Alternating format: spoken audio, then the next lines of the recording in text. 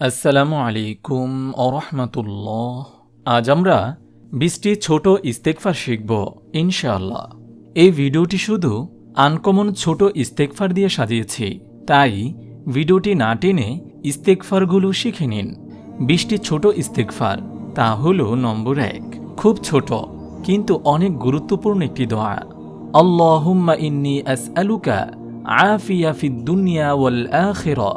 রসুল সাল্লাল্লাহু আলাইহি ওয়াসাল্লামের চাচা আব্বাস রাদিয়াল্লাহু তাআলা আনহু রসুল সাল্লাল্লাহু আলাইহি ওয়াসাল্লামের কাছে আসলেন আর জিজ্ঞেস করলেন, ইয়া রাসূলুল্লাহ, আমাকে একটি দোয়া শিখিয়ে দিন।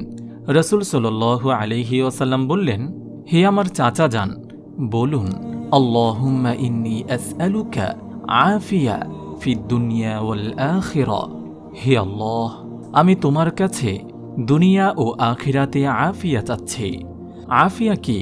যখন আমরা মহান আল্লাহর কাছে আফিয়া চাই, তখন তা বোঝায় যে কোনো দুঃখ দুর্দশা থেকে মুক্তির জন্য দোয়া, সুস্বাস্থ্য অর্জনের জন্য দোয়া, বেঁচে থাকার তাগিদে আর্থিক সচ্ছলতার জন্য দোয়া, সন্তানের সুরক্ষার জন্য দোয়া, শাস্তির পরিবর্তে ক্ষমা পাবার জন্য দোয়া।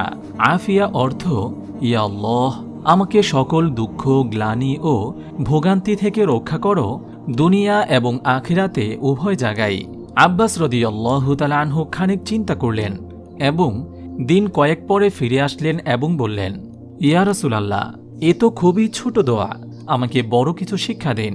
তখন রাসূল সাল্লাল্লাহু আলাইহি ওয়াসাল্লাম বললেন, ও আমার প্রাণপ্রিয় চাচা, আল্লাহর কাছে আফিয়া কামনা করুন। আল্লাহর কসম, এর চাইতে উত্তম কোনো জিনিস আপনাকে দেওয়া হবে না। এটা খুবই ছোট দোয়া, যার মাধ্যমে আমরা বুঝাই, ও আল্লাহ, আমি পরিত্রাণ চাই মর্মপীড়া, বিষাদ, কষ্ট, ক্ষতি থেকে আমাকে পরীক্ষা করো না। রব্বে কারিমের কাছে এরকম সকল কিছুই আমরা চেয়ে থাকি এই বলে, আল্লাহুম্মা ইন্নী আসআলুকা আফিয়া। তিরমিজি, হাদিস নম্বর 3514। নম্বর 2, রব্বানা আফরিগ আলাইনা সাবরা ওয়া তাওয়াফানা মুসলিমিন। অর্থ, হে আমাদের পরওয়ারদিগার, আমাদের জন্য ধৈর্যের দ্বার খুলে দাও এবং আমাদেরকে মুসলমান হিসেবে মৃত্যুদান করো। সূরা আ'রাফ আয়াত 126। নম্বর 3, রব্বানা লা তুআখিযনা ইন নাসিনা আও আখতানা। অর্থ, হে আমাদের পালনকর্তা, যদি আমরা ভুলে যাই কিংবা ভুল করি তবে আমাদেরকে অপরাধী করো না। সূরা বাকারা আয়াত 286। নম্বর 4, সুন্দর মৃত্যু লাভের দোয়া। আল্লাহুম্মা ইন্নী আসআলুকা হুসনাল খাতিমা। অর্থ, হে আল্লাহ, আমি আপনার কাছে উত্তম মৃত্যু চাই। নম্বর 5, জীবিত বা মৃত পিতামাতার জন্য দোয়া। রব্বির হামহুমা কামা রব্বায়ানি সগীরা। অর্থ, হে আমার রব, তাদের প্রতি দয়া করুন যেভাবে শৈশবে তারা আমাকে লালন পালন করেছে। সূরা আল ইসরা আয়াত 24। নম্বর 6, সব প্রকার ইস্তেগফার, যেমন আস্তাগফিরুল্লাহ। অর্থ, আমি আল্লাহর কাছে ক্ষমা প্রার্থনা করছি। আস্তাগফিরুল্লাহ ওয়া আতুবু ইলাইহি, আমি আল্লাহর কাছে ক্ষমা প্রার্থনা করছি ও তার দিকে ফিরে আসছি। নম্বর 7, দ্বীনের ওপর অটল থাকার দোয়া। আল্লাহুম্মা ইয়া মুকাল্লিবাল কুলুব সাব্বিত কলবি আলা দীনিক। অর্থ, হে আল্লাহ, হে হৃদয়ের পরিবর্তনকারী, আপনি আমার হৃদয়কে আপনার দ্বীনের উপর প্রতিষ্ঠিত রাখুন। নম্বর 8, মৃত্যুর আগে তওবা নসিব হওয়ার জন্য দোয়া। আল্লাহুম্মা রযুকনি তাওবাতান নাসুহা ক্বাবলাল মাউত। অর্থ, হে আল্লাহ, আপনি আমাকে মৃত্যুর পূর্বে খাঁটি দিলে তওবা করার সুযোগ করে দিন।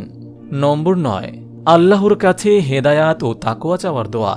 আল্লাহুম্মা ইন্নী আসআলুকাল হুদা ওয়াত তুকা ওয়াল আফাফা ওয়াল গিনা। অর্থ, হে আল্লাহ, আমি তোমার কাছে হেদায়াত, তাকওয়া, সুস্থতা ও সম্পদ প্রার্থনা করছি। সুনানে তিরমিজি, হাদিস নম্বর 3489। নম্বর 10, 2 সেজদার মাঝে বৈঠকের দোয়াতে আপনার সব চাওয়া রয়েছে।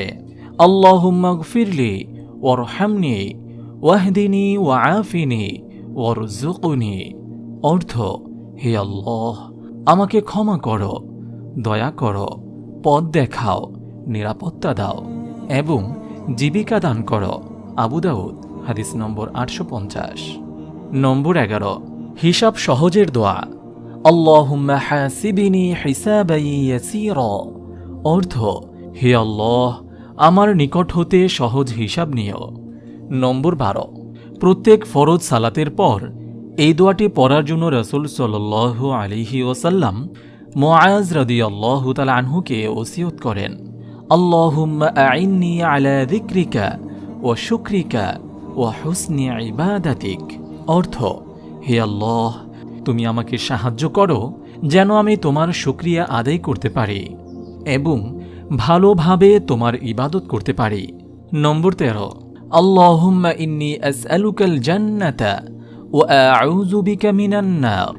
অর্থ, হে আল্লাহ, আমি আপনার কাছে জান্নাত চাই এবং জাহান্নাম থেকে আপনার কাছে আশ্রয় চাই।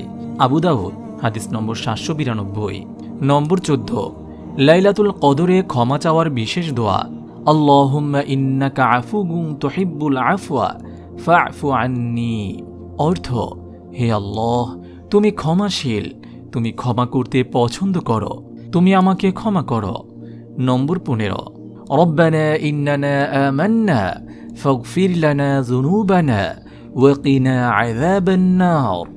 অর্থ, হে আমাদের পালনকর্তা, আমরা ঈমান এনেছি, কাজেই আমাদের গুনাহ ক্ষমা করে দাও আর আমাদেরকে দোজখের আযাব থেকে রক্ষা করো।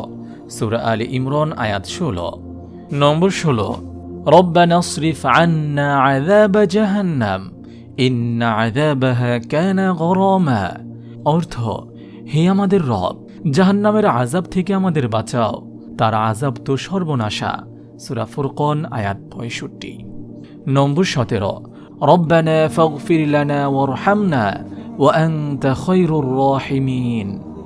অর্থ, হে আমাদের পালনকর্তা, আমরা বিশ্বাস স্থাপন করেছি, অতএব তুমি আমাদেরকে ক্ষমা করো এবং আমাদের প্রতি রহম করো, তুমি তো দয়ালুদের মধ্যে শ্রেষ্ঠ দয়ালু।